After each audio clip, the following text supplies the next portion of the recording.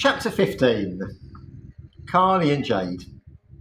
2 sets of 3 and a run of 4. The grassy cliff top outside, where Stephen walked oblivious to my inner turmoil, or perhaps embroiled in his own, brought to mind the green of Portugal. In addition to the Portuguese Jades, Ray thought of an English one that made an appearance in the form of my niece's friend. The two 20-something-year-olds arrived in Potato Run mid-August. Mine and Stephen's niece Carley, and the young woman she had become friends with through work, stayed in the village for a week, and although the time they spent there passed quickly, there had been enough time for Jade to leave her mark on us and on future visitors to our home. "Do you know how to play progressive rummy?" Jade asked on the afternoon following the girls' arrival.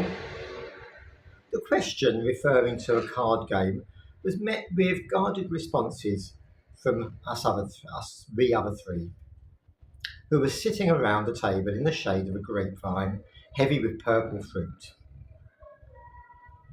Me, Stephen and Carley were familiar with the game rummy, but we did not know what the progressive part of the name meant.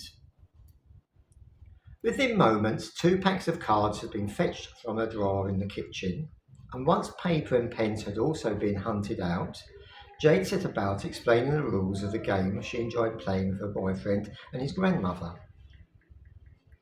Although in principle the aim was little different to the rummy that we knew, the progressive adjective tagged on to it threatened to be quite a test.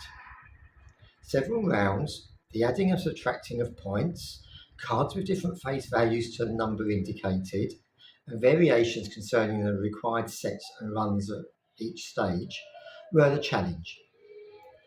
Despite that, by the end of the first game the gist had been fully grasped, yet there remained uncertainty about what needed to be collected as the game progressed. And this led to the chanting of slow, pensive mantras, such as a run of 3 and a set of 3, or 2 sets of 3 and a run of 4, followed by the question, 2 sets, that's all the same number, isn't it?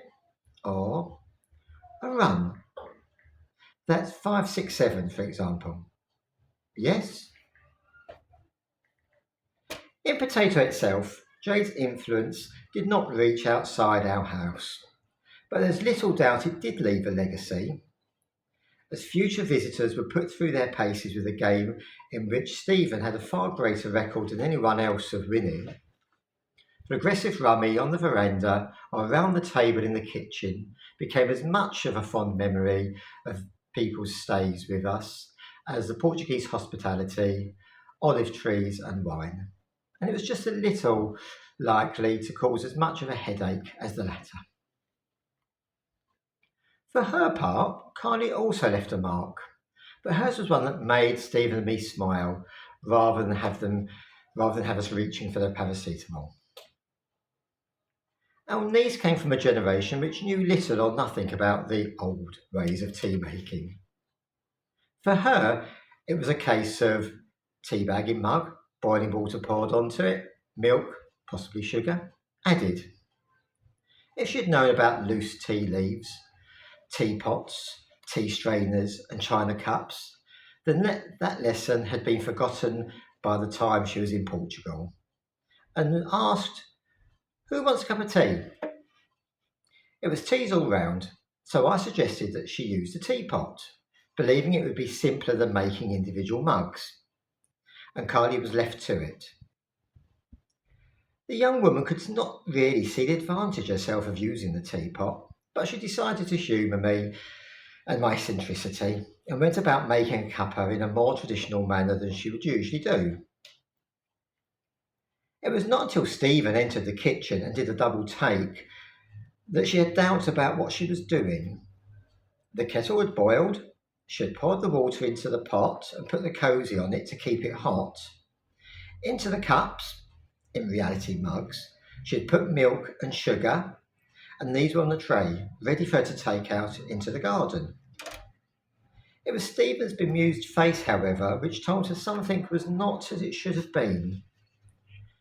Even with a teapot, the urge for those crafty little sacks to cut out the middleman had been so strong that Carley had dropped these too into the mugs, and her use for the teapot was nothing more than a vehicle to carry the hot water from the kettle and to look the part.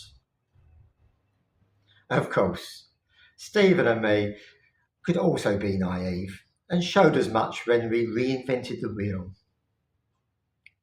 Following our first harvested potato crop, we found ourselves with so much produce demanding attention that we had racked our brains to come up with new recipes. One idea we had was to substitute the pasta in a lasagna dish with potato. The minced meat had been prepared and cooked in the oven dish with layers of mash used instead of place of the lasagna sheets. It was not until we had just sat down to eat, however, that we smiled, almost in unison, at seeing something on the table in front of us which very much resembled a cottage pie. Opening the door to the room where happy memories came from in my life in Portugal, the memories were quickly stockpiling. I couldn't help smiling once again, but this time to myself, and in doing so, I felt the first salvo of saudade being fired from the country I'd left behind against an England that I'd never really known and had never been mine. Okay, that's the end of part 3. Part 4 is Everybody Needs Good Vizinhos, and I shall start that tomorrow.